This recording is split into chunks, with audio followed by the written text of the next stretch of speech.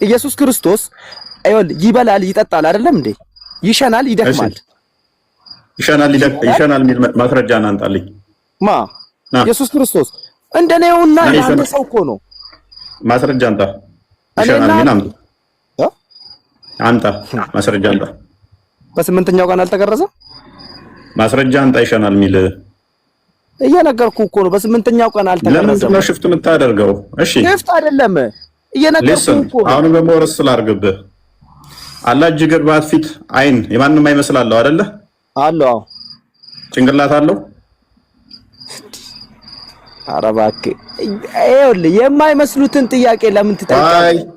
ለምንድን ነው የማይመስለው እንዴ? እጅ ካለው እግር ካለው ባት ካለው ጣት ካለው ፊት ካለው አይን ካለው ጭንቅላት አለው የለውም? ውፈይ ይቅርታ እስቲ ለማናገር እሺ እሱን አናግረው። ቆይ ራስህን ነው ማናገርህ። አናግረኝ ችግር የለም። ጭንቅላት አለ የለውም?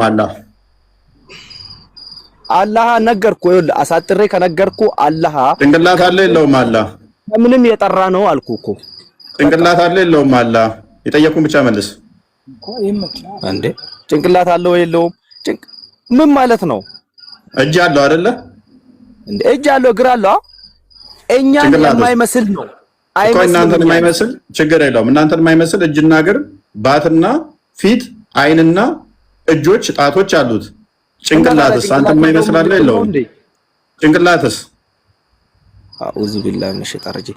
ይሄ እኮ የማይመስል ጥያቄ ነው ይጠይቃለሁ። አይ ፓኒክ እያደረክ ነው። አይ ነው ብልት አለ የለውም? ብልት አለው የለውም? እኛን አይመስልህም ብያለሁ እኮ አገር የሚያህል ትልቅ የግብዳ ብልት ወይንም ሊሆን ይችላል፣ ወይንም ደግሞ ወንዝ የሚያህል ስንጥቅ ያለው የሴት ብልት ሊሆን ይችላል። ሁለቱንም ደግሞ የደረበ ሊሆን ይችላል፣ ወይንም ደግሞ ስልብ ሊሆን ይችላል። ማንንም አይመስል እና ወንድ ነው ፈጣሪ ወንድ ነው እናንተ ብላችሁ የምታምኑት እኮ ኢየሱስ እኮ ብልቱ ማንንም አይመስል ነው ያለው እኛ ከዚህ ጥራቻ ይገባዋል ፈጣሪያችን ማለት ነው። አለው የለውም? ልንገርህ አለው የለውም? እኔ ይሄኛው እንደዚህ አይነት ጥያቄ አትጠይቀኝ። ለምን ነው የማልጠይቅህ? አምላክህን እጅ አለው እግር አለው ባት አለው ፊት አለው። ብልቱ የማንንም አይመስል ምን ክትልቀቱ ነው ማንንም አይመስል ወይን ማነሱ ነው የማንንም አይመስለው ምንድነው እሱ? እኔስ አየህ እኔ ልጠይቀው አንዴ ትጠይቃለህ። ለዚህ ነው አትባልጉ ወደፊቱ ክርስቶስ በስጋ የመጣ አምላክ ነው። በስጋ እንደመገለጡ መጠን የሰው ልጅ ተብሎ ይጠራል። ዮሐንስ ወንጌል ምዕራፍ 8 ላይ ቁጥር 40 ላይ የሰው ልጅ ራሱን ይላል። የሰው ልጅ እየበላ እየጠጣ መጣ ብሎም ራሱም ተናግሮታል። ምክንያቱም በስጋ መገለጡን ለመጠቆም እየበላ እየጠጣ መጣ። ባይዘ ክርስቶስን በስጋ መምጣቱን አለማመን በራሱ ከሃዲነት ነው። በስጋ መጣ ብለህ ሰው አይደለም ማለት በራሱ ከክርስትና የሚያስወጣ አስተምሮ ነው። ምክንያቱም እርሱ ዞት የመጣው ምድራዊ ስጋ አይደለም ብለው የሚያምኑ ስላሉ ማለት ነው። የነሳው ከማርያም አይደለም ብለው የሚያምኑ ስላሉ ክርስቶስ የሰው ልጅ አይባልም ብለው የሚያምን ካለ ከክርስትና ይወጣል። ሰው አይባልም ካለ ከክርስትና ይወጣል። ከክርስትና ወላይ ይወጣል ማለት ነው።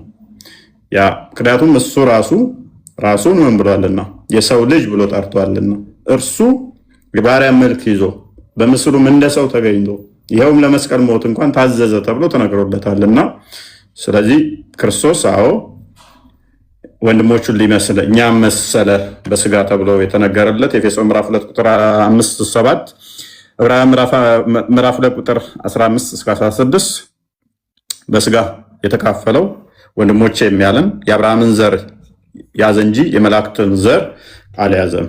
ስለዚህ የእኛን ዘር ነው የያዘው። በስጋ የተገለጠው እርሱ አምላክ ነው። እሱ በስጋ የተገለጠው የሰው ልጅ ነው። ሰው ልጅ ተብሎ ይጠራል። በስጋ የተገለጠው ቃል ማለት ነው። ስለዚህ ለክርስቶስ እነኚህ የሰው ልጅ የሚለው ይነገሩለታል። እንደኛ የባሪያውን መልክ ያዘ ተብሎ ስለተባለ ማለት ነው። ነገር ግን እሱ ፍጹም አምላክ መሆኑን ደግሞ መዘንጋት የለብንም። ስለዚህ ይሄ መቆሸሽ ምናምን ነገሮች በእኛ አይነገሩም። ሳዳ የመጸዳዳት ምናምን እንደዚህ ከተበላ በኋላ እንደዚህ እንኳን ለእኛ ሳዳም ሜቢ ታሪኩን በደንብ አታውቅ ይሆናል እንጂ ለእናንተም ገነት ስገቡ እንኳን በልታችሁ መጸዳዳት ምናምን ካካ ማለት ምናምን እንደዚህ የለም ብላችሁ የምታምኑት። በእኛ ደግሞ ምን ይታመናል መሰለ ሳዳም እነኚህ የመጡት የሰው ልጅ ከውድቀት በኋላ የመጡ ናቸው እነኚህ ብለን ነው የምናምነው። በኃጢአት ምክንያት የመጡ ናቸው። ጸጋ ከመጉደል የተነሳ የመጡ ናቸው ብለን ነው የምናምነው። እንኳን ለክርስቶስ ለማርያምም አይነገርም። አንዳንድ በቤተክርስቲያናችን ደግሞ አሉ አባቶች ስቲል አሉ አይነገርላቸውም። አይ ቲንክ ኦኬ ለጊዜው ልቆጠር ስማቸውን ከመጥራት ግን በአባቶች ቅዱሳን አባቶችም እንደዚህ ማይነገርላቸው አሉ። ከሰውነታቸው ቆሻሻ ይወጣል ምናምን ተብሎ ማይነገርላቸው የሌለባቸው ንጹህ የሆኑ አሉ ማለት ነው። ያም የሆነው ምንድነው? ይሄ ተሰውነት ቆሻሻ መውጣት በራሱ ተገነት ከወጡ በኋላ የመጣ ስለሆነ ማለት ነው። የኃጢአት ውጤቶች ናቸው እነኛ እንጂ እነኛ ማርያም ለምሳሌ ጸጋዋ ከፍ ያለ ቅድስት ንጽሕት ነች። ንጽሕት ነው የምንላት አይደለ? ስለዚህ ምንም አይነት እድፍ ጉድፍ የለባትም። በሴቶች ላይ ያለው ልምድም የለባትም። በምጥና በጭንቅ እንደዚህ ቢበንትን ፔሪድ በማየት ምናምን እንደዛ አይነገርላትም። ምንም አይነት እንትን የለባትም እሷ።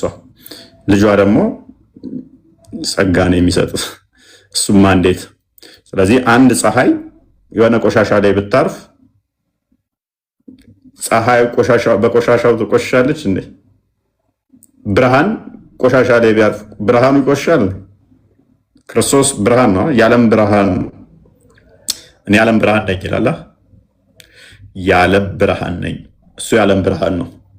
ያ የዓለም ብርሃን ፀሐይ የሆነው ፀሐይን ወለደችልን ይባላል። እሱ ፀሐይ ነው፣ እሱ ብርሃን ነው። እሱ ምንም ሊያቆሸው አይችልም። በዚህ መቆሸሽ የሚነገረውም ከኛ አንጻር ነው። ቆሻሻነት የሚነገረው ከኛ አንጻር ነው። ሳዳ ቆሻሻ ተብሎ ራሱ የሚነገረው ለፈጣሪ ምንም አይደለም፣ ለእኛ ነው የሚነገረው። ለእኛ ለምንድን ነው የሚነገረው ካልከኝ ከገነት ስለወጣን መታመም አለ። ያ መታመም የመጣው ደግሞ ከባክቴሪያ አንጻር ነው። ማትታመም ቢሆን ቆሻሻ አይነገርልህም ነበረ። ባክቴሪያዎች ናቸው አለ። የሆነ ምግብን ለምሳሌ እንትን ሲያደርጉት ሲበርዙት እንዲሸት ያደርጉታል። የሆነ ስጋ ገዝተህ ብታስቀምጥ እነኛ ባክቴሪያዎች እንዲበሰብስ ያደርጉታል። ሜቢ ይህንን ታሪክ የምታውቅ ከሆነ ስጋ መበስበስ የመጣው መግማት የመጣው በአይሁዶችና በአይሁዶች ምክንያት ነው ይላል የእናንተ ሐዲስ። ነብያችሁ ስጋ መሽተት መግማት የመጣው በአይሁዶች ምክንያት ነው ይላል። which means ከዘር ጋር በተያዘ ባል ደግሞ ሚስቶች ሁሉ ባሎቻቸው ማመሰግኑት በሔዋን ምክንያት ነው ይላል። ስለዚህ መግማቱ ስጋው ራሱ የመጣው ከገነት እነኛ በመባረራቸው ኃጢአት በመስራታቸው ነው ብሎ የሚያስቀምጠው። እነኚህ ባክቴሪያዎች ህመም ስለሚያመጡብን ነው ለእኛ ሽታ መቆሸሽ ምናምን የሚነገረው ለእኛ ነው። ለፈጣሪ ፍጡር ምንም ሊያቆሽሸው አይችልም። አንተ ብቆሽሽ በሳሙና ታጥበህ ልብስ ሊጸዳ ይችላል። ፈጣሪን ምንም ነገር ሊይዘው አይችልም። ምክንያቱም እሱ ፊዚካል ቦዲ ስላልሆነ የሆነ ነገር ሄዶ የሚመረግበት አይደለም፣ የሚቆሽሽ አይደለም። ብርሃን እንደዚህ ታያለህ። ብርሃን ላይ እንደዚህ ቆሻሻ ወረህ መለጠፍ ትችላለህ እንዴ? ብርሃን ነው። እኔ ፊቴ ብርሃን አለ። ብርሃንን ልታቆሽሸው ትችላለህ? አምላክ ብርሃን ነው። ከብርሃንም በላይ ረቂቅ የሆነ ብርሃን ነው። ብርሃናትን ያስገኘ ብርሃን ነው። እሱ የብርሃናት ሁሉ ምንጭ እሱ ብርሃን ነው። ብርሃንን እንኳን ማቆሸሽ የተፈጠረውን ካልቻልክ ፈጣሪን እንዴት ያቆሽሸዋል ብለህ ታስበዋለህ? እሱ ምንም በምንም ሊቆሽሽ አይችልም። ይሄ እኛ አስተምሮ ነው። የእናንተ ፊዚካል ቦዲ ስላደረጋችሁት ነው። ኮንሰፕታችሁ ፊዚካል ቦዲ ያለው ነገር ስለሆነ የሚያቆሽሸው እንደዛ ነገር የምታስቡ ስላለ ነው። ሜይ ቢ ከዛ ጋር ካያያዝከው ሱረቱ ሂጅር ላይ 26ኛው አያ ላይ ሱረቱ ሂጅር ላይ 33ኛው አያ ላይ አላህ አደምን ከሚገማ ጭቃ በሁለት እጆቹ ነው የሰራው። ጠፍጥፎ አብክቶ ነው የሰራው። ስለዚህ የቆሻሻነት የምታስቡ ከሆነ ፈጣሪ ይቆሽሻል ብላችሁ የምታስቡ ከሆነ አላህ አደምን በሁለት እጆቹ ከሚገማ ጭቃ ከሰራው እጁን ታጥቧል አልታጠበም ወደሚል ጥያቄ እንገባለን ማለት ነው። የሚያቆሽሸው ነገር ካለ አላህ። እኛ ጋር ግን ምንም ፈጣሪን ምንም ነገር ሊያቆሽሸው የሚችል የለም። በኢየሱስ ስም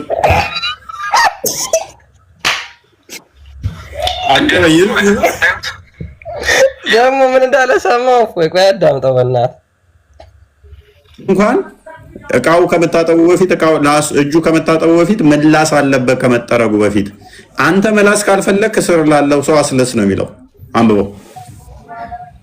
ያ ቪዲዮም አሳያችኋለሁ።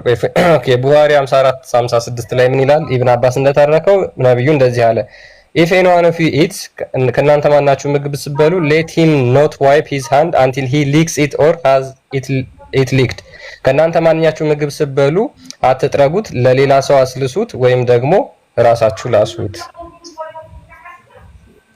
ስለዚህ በዚህ መጠን ምላሱ እጁ ሲጠባም ይውል ሉክ የወደቀችዋን እንኳን አንስቶ ሲበላም ይውል በቀውላችንን ክርስቲያን ቤቱን ላይ የሚያሽሽ ሁላችንም ክርስቲያን እንሆናታለን። ያስብላል። ቀጥል። ሰሪፍ አይደለም እያለች ነው። መላሱ እኮ ጥሩ ነው። ከመድፋት መላስ ጥሩ ነው። መላላሱ እኔስ እስቲ ይህችን ቪዲዮ እናዳምጣት። ኦኬ እሺ ምን አንዴ እናዳምጥ። ቤቱን ላይ እየደከመች ነው አልቻለችም። በቃ አሁን አልተዋጠላትም ይሄ ነገር። ኦኬ ይህችን እናዳምጣት።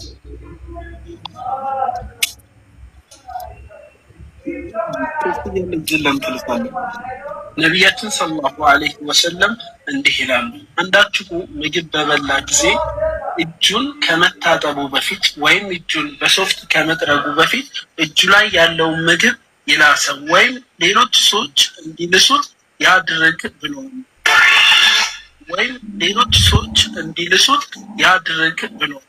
በነገራችን ላይ ይሄን ቪዲዮ የሰራ ሰዓት ይሄን ልጅ ተቃውመውት ነበር ራሳቸው ሙስሊሞች፣ አንዳንድ የማያውቁ ሙስሊሞች አሉ። እሱን አዳምጡት። የምግቡ በረካ የት ላይ እንደሆነ አይታወቅም። እንግዲህ ይሄ ልጅ የማያውቀው የለም። የሌለ ነገር እያነበበ ያልተጻፈን ነገር እያነበበ እየቀጠፈ ያ ሳያንሰው ነብዩ ሰለላሁ ዐለይሂ ወሰለም እንዲሰደቡ ዋና ሚና እየተጫወተ ያለው በዚህ ሰዓት የእሱ ቪዲዮ ተቆርጦ እየተወሰደ ነብዩ ሰለላሁ ዐለይሂ ወሰለም እየተሰደቡ ነው። የእሱ ኮመንት ስር ነብዩ ሰለላሁ ዐለይሂ ወሰለም እየተሰደቡ ነው። ለምንድን ነው ይሄ ልጅ መጅሊሱ ዝም ያለው? አንደኛ ያልሆነ መልእክት ማስተላለፉ ሳያንስ ይሄ ልጅ ነብዩ ሰለላሁ ዐለይሂ ወሰለም እንዲሰደቡ ዋና ሚና እየተጫወተ ያለ ልጅ ነው በዚህ ሰዓት ማለት ነው። እና ለምንድን ነው ዝም ያላችሁት የኛ ልጆች? ለምንድን ነው የሆነ መፍትሄ ማፈጥሩለት ለዚህ ልጅ? ሲቀጥል ደግሞ ይሄ ልጅ አሁን በዚህ አካውንቱ ነው ይሄ መልእክት የሚያስተላልፈው። ይሄ አካውንቱ መዘጋት አለበት። ያልሆነ መልእክት የሚያስተላልፍበት ነው። ይሄ አካውንቱ መዘጋት አለበት። ይሄን አካውንት ማዘጋት የምትፈልጉ እኔ ከቲክቶክ በታች ሊንክ አለ፣ እሱን ተጭናችሁ ግቡ። ሪፖርት አድርገን እናዘጋበታል። እንግዲህ አስቡ፣ አዲሱን በትክክል አንብቦ ስለተናገረ ስታየው ስድብ መሰላት። በቃ እንደዚህማ ነብይ አያደርግም ማለች እና እሱ እየቀጠፈ መሰላት። ይኸው አዲሱ ሌላኛው ኡስታዝ የተናገረው አለ፣ እሱን ግፈትላት። ስታስበው ስድብ መሰላት። ሐዲሷን ስለማታውቅ እሷ ልክ ጣታችንን መጥባት አለብን እኛ መጥባት ካልፈለግን እስራችን ያለው ሌላውን ሰው ማስላስ አለብን ብሏል ነብያችን። ስለዚህ እጃችንን መታጠብ የለበትም ብሎ ሲል ይህ ነብያችንን እያሰደበ እንደዚህ ማናደርግም ማለች። አካውንት ይዘጋለች። እሱ እኮ ትክክል ነው የተናገረው፣ ሐዲሱን ነው። ምን ላይ ሰጥቶበታል እሱ። እኔ እናንተ ብታፍሩ የምትሸማቀቁም ነብዬ የተናገረውን ያደረገውን እኔ መናገር አላፍርም ብሏል። ኦኬ የትኛው ኡስታዝስ ምን አለ? ቀጥል። እንድገማቸው ነገር በሁለት ይጸናል ይባላል። በኢየሱስ ስም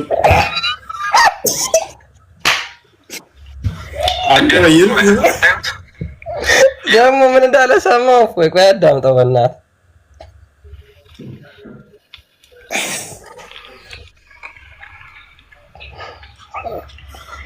ደነውር ነው አይደል የምታዩት? ይህ ሁሉ ጃሂልነታችን ነው። ጭራሽም ሙስሊም ሆነን በዚህ እናፍራለን አይደለም? አንዳንድ ሰርግ ቤት ወይ የሆነ እንደዚህ አይነት ቦታ ላይ አዳራሽ ቦታ ላይ ምናምን ተጠርተን ስንሄድ እጃችንን መዳስ እስኪ ማን ነው እስኪ ወንድ የሆነ ይህንን የነቢዩ መሐመድ ዓለይሂ ሰላቱ ወሰላምን ሱና ሐይ ሊያደርግ የሚችለው? ይህ መሰልጠን ይባላል። ኦኬ እዚህ ጋር የምንልሰው ሱና ነው። ነቢያችን አይደለም ጣትን ይቅርና የምበሉበትን ሳላ ራሱ እንደዚህ ሟጣችሁ ላሱት ብለዋል። ሐዲስ ሶሒህ ሐዲስ። ይሄ መሰልጠን ይባላል እንጂ ኋላ ቀርነት አይደለም፣ ወይ ደግሞ የሚያሳፍር ስራ አይደለም። እኛ ግን ይሄን መስራት አንችልም። ሰው ፊት እዚህ ጋር ሟጣን የምንለሰው ምግብ ወይ ደግሞ እጃችን ላይ የምንበላው ምግብ ገንዘብ ማለት ነው አይደል? በገንዘብ ነው የመጣው። ኦኬ ትንሽ ተብሎ አይናቅም። ለምሳሌ አንተ ኪስ ላይ 10 ብር ብቻ ነው ያለኝ ብለህ ትጥለዋለህ መንገድ ላይ። ያ እንግዲህ ቻሌንጁ ምንድነው? ማነው ወንድ የሆነ ይሄንን የነብዩን ሱና ሰርግ ቤት ወይም ደግሞ የተለያዩ ፕሮግራሞች ላይ ስትሄዱ ልታረጉ የምትችሉት እንዴት ማለት ነው? እንደዚህ ልጅ ጣታችሁን እያስገባችሁ የሚልስ ማን ነው? እንደዚህ ነው። ይሄን ቻሌንጅ ነው እያቀረበ ያለው። ያ የሚያሳፍር ስለሆነ ነው እንደዚህ ቻሌንጅ እያቀረበ ያለው። አንድ ነገር በነገራችን ላይ የሚወደድ ነገር ከሆነ ሰው እንደዚህ እንዴት ወንድ ነህ አንተ ይሄን ካረከው ተብሎ ቻሌንጅ አይደረግም። ሆቴል ሄደህ አስባል እንዲህ ተራስክ በኋላ ናጥባችን እኔ በጣም ሁለቱ አንተ ለስና አንደኛው ቀርታኛለች ና ጠግብ ያለው እኔ ጠግብ ያለው ነች እያቀርታኛለች ናጥባችን ለምን ይጣላል? ቤቱላ ትስማሚያለሽ? ኧረ እኔ እንደዛ ተዋርጄ አላውቅም። አላውቅም እስከ ዛሬ እንደዚህ እንደውም እስከ ዛሬ ተዋርጄ አላውቅም። ይሄ ሱና ነው። ተዋርደናል በቃ።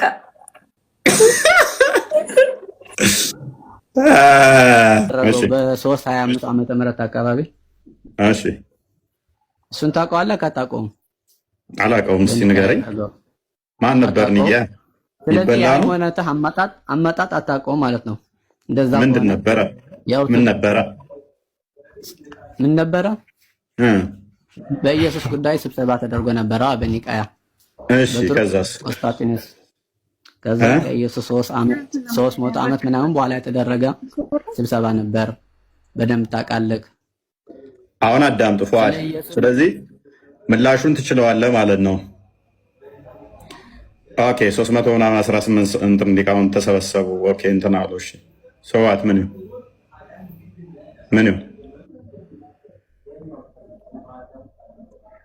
ያንተ 3 ሰዎች ተሰብስበው ነው ቁርአንን ያጸደቁልህ።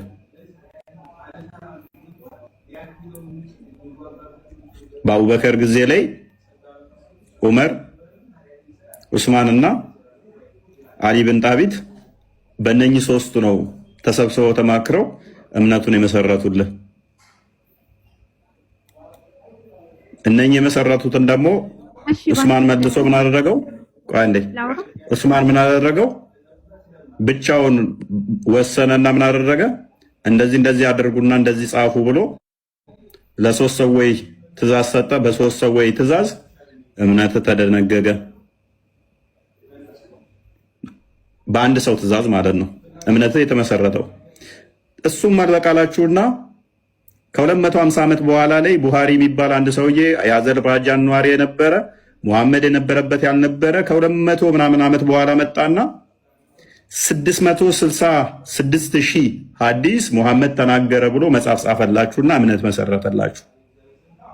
መጽሐፉን ከሌሎች መጽሐፍ አግኝቶ ነው የጻፈው አይደለም። ሰማው እያለ ሙሐመድ ከሞተ ከ200 ዓመት በኋላ መጥቶ አንድ ሰው ቡሃሪ የሚባል መጽሐፍ ጻፈላችሁ።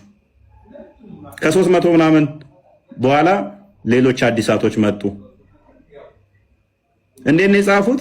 ሰማን ብለው ማለት ነው። ከ200 ዓመት በኋላ ቁጭ ብዬ ነው አሁን ስለ አፄ ምኒልክ ጽፋለሁኝ። ምጽፈው ግን ከመጽሐፍ ሳይሆን ከመጽሐፍ ላይ ሶርስ አጣቅሼ ሳይሆን አበበ የሚባል ነገረኝ እያልኩ ማለት ነው። አሉባልታ ነው እምነት። ፉአድ ቼን ኦፍ ናሬሽን ማለት እስናድ ማለት ከከሌ ዘገበው ማለት ሰማ ማለት ነው። ተረት ማለት ነው። ይሁን እሺ። ይህንንም ተቀብለን ስንመጣ አልበቃለና ትናንትና እዛ እኔና እናቴና አባቴ የነበሩበት እድሜ ላይ እናቴና አባቴ ጥሩ ፍቅረኛ በነበሩበት እድሜ ላይ የነበረው ሼክ እንትና አልባኒ መጣና እነኛን ሁሉ መረጃዎች እነኛን ሁሉ ያጸደቋቸውን ከዘመኑ ጋር ማይሄዱትን ዳኢፍ አላቸው፣ ውድቅ አደረጋቸው። አሪፍ የመሰሉትን ደግሞ ሳሂ አላቸው። መቼ? በ1931 አካባቢ መሰለኝ የሞተው which means የዛሬ 50-70-80 ዓመት አካባቢ ማለት ነው። ነብዩ ከሞተ ከ1400 ዓመት ምናምን በኋላ ማለት ነው የመጣ ምንድነው ሰው ለጥየቃ መሰለኝ። ስለዚህ እምነት በማን ላይ ተመሰረታውን ደግሞ ማለት ነው አብዴት ሲሆን በአልባኒ ላይ ማለት ነው። ይሄንኛው አሪፍ ነው ይሄንኛው ስህተት ነው እያልክ እምነትን እንደዚህ ሪሼፕ አደረከው ማለት ነው። ስለዚህ አትገራረም፣ አትደሳሰት። አትደሳሰት፣ አትገራረም። እምነትን ሪሼፕ አድርገው ቅርጽ የሰጡ ከዛ በኋላ ከአዳምጥ ሪሼፕ አድርገው የሰጡ እነማን ናቸው? እነኚህ ናቸው። በቁርአን ውስጥ ስለ ቁርአን ምንም የሚታወቅ የለም። ጸሐፊዎቹ የሚታወቁት ነገር የለም። ተውሂድ ምን እንደሆነ አይታወቅም። ተውሂድ የሚባል ቃል አንተ የምታመልከው አምላክህ ቁርአን ውስጥ የለም። ተውሂድ በሶስት ይከፈላል። ቁርአን ሽታውም የለም። ባይብል ያላለኝም ቋዳም ተውሂድ በሶስት ይከፈላል፣ ሽታውም የለም። ስለዚህ እምነት ተረት ተረት ላይ ነው። የዚህን ዲያቆን ውሸት እናጋልጥ፣ በዛው መጽሐፋቸውን እናስተምራቸው። መሐመድ እየጾመ በነበረበት ሰዓት ሴቶችን ይስማል፣ በእጆቹም ይነካካል።